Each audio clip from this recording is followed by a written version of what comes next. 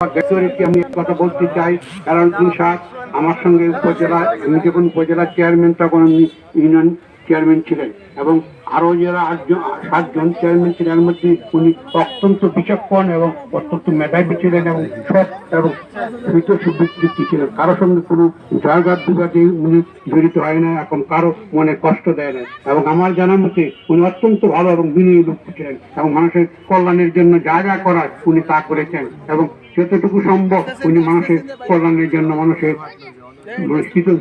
কল্যাণের জন্য করেছেন এবং উনি কখনো মানুষের কষ্ট দেন নাই, উনি কখনো মানুষের জন্য কোনো কিছু করেন নাই। এবং আমি মনে করি এবং বিশ্বাস করি উনি যেহেতু মানুষের কল্যাণ করেছেন, মানুষের মঙ্গল করেছেন, সেই জন্য আল্লাহ পাক ওনাকে ভালো দান করবেন, এবং আল্লাহ পাক যেন ওনাকে সেই জায়গায় স্থান দেয় এবং মানুষের কল্যাণের জন্য যে টুকু করেছেন এই কল্যাণের বিনিময়ে আল্লাহ তাকে যেন ক্ষমা করে দেয়। আমিন। জান্নাতুল ফেরদাউস। আমিন। আমার বক্তব্য এইটুকুই না, ওনার জীবন সুন্দর হোক এবং ওনার যারা আছে পুত্র পরিজন যারা আছে, স্ত্রী সন্তান আছে, তাদের কল্যাণ কামনা করে, তাদের মঙ্গল কামনা করে, তাদের মঙ্গল কামনা করে আমি আমার বক্তব্য শেষ করছি। আসসালামু আলাইকুম।